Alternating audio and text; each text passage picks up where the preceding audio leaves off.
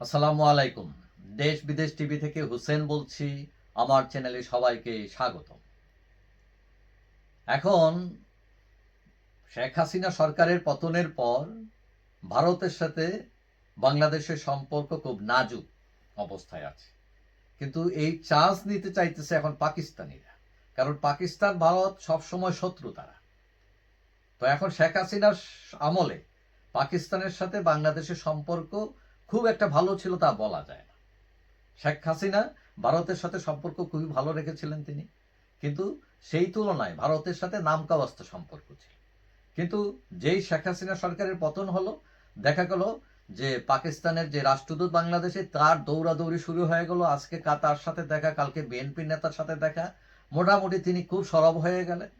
এবং এর কিছুদিন পরে আমরা দেখলাম যে দুই দেশের ভিসা সহজীকরণ হয়ে গেল এবং জাহাজ সরাসরি চট্টগ্রাম বন্দরে আসা শুরু হলো পাকিস্তান থেকে। এখন আজকে যেটা দেখলাম যে বাংলাদেশ এবং পাকিস্তানের মধ্যে সরাসরি ফ্লাইট চালু হচ্ছে এবং সেটা হবে ঢাকা টু করাচি এবং এই ফ্লাইট পরিচালনা করবে পাকিস্তানের বেসরকারি একটা বিমান সংস্থা, তার নাম হচ্ছে ফ্লাই জিন্না। এবং বাংলাদেশ সরকার ইতিমধ্যেই ওই ফ্লাই জিন্নাকে ফ্লাইট পরিচালনার অনুমতি দিয়েছে এবং এটা নিশ্চিত করেছেন যে বেবিচক চেয়ারম্যান এয়ার ভাইস মার্শাল মঞ্জুর কবির ভুইয়া। এবং তিনি বলেছেন যে ফ্লাই পরিচালনা করার আগে তাদেরকে জেনারেল সেলস এজেন্ট মানে জিএসএ নিয়োগ করতে হবে।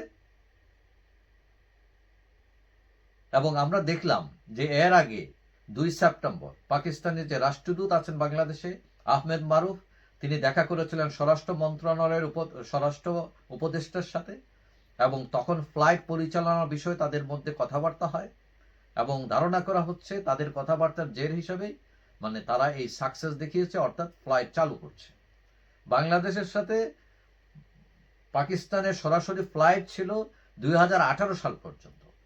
তখন সরাসরি ফ্লাইট পরিচালনা করত পিআইএ, পাকিস্তানের যে বিমান সংস্থা তারা। এখন সরকার পরিবর্তনের সাথে সাথে পাকিস্তানের সাথে সম্পর্ক মধুর হয়ে গেছে। এখন কেউ কেউ বলছেন যে পাকিস্তান প্রীতি বেড়ে গেল কিনা। এখন সবার সাথে বন্ধুত্ব এটা ঠিক আছে, পররাষ্ট্রনীতি এটি হওয়া উচিত, কিন্তু কথা হচ্ছে যে পাকিস্তান যারা নিজেরাই সমস্যায় জর্জরিত, যারা জঙ্গিবাদে আক্রান্ত এবং শেখ হাসিনা সরকার জঙ্গিবাদের কারণে সরাসরি এই যে জাহাজ টাহাজ এইগুলো আনা বন্ধ করে দিয়েছিলেন যে এখানে অস্ত্র আসতে পারে, তখন জঙ্গিবাদ এখানে উত্থান হতে পারে, কিন্তু ইউনূস সরকার এসে তাদেরকে সে খুলে দেন।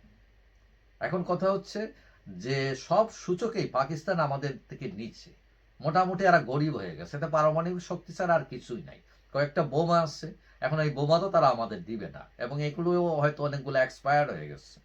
সুতরাং তাদের সাথে আমরা কতটুকু লাভবান হব ব্যবসা বাণিজ্য এটা সেটা করে, এটা নিয়ে প্রশ্ন আছে। যাই হোক, তারপরে সকল দেশের সাথে সম্পর্ক ভালো থাকুক, এটি হচ্ছে আশাবাদ। যাই হোক, সবাই ভালো থাকবেন। আশা করি দেখা হবে অন্য কোনো ভিডিওতে ইনশাআল্লাহ। আল্লাহ হাফেজ।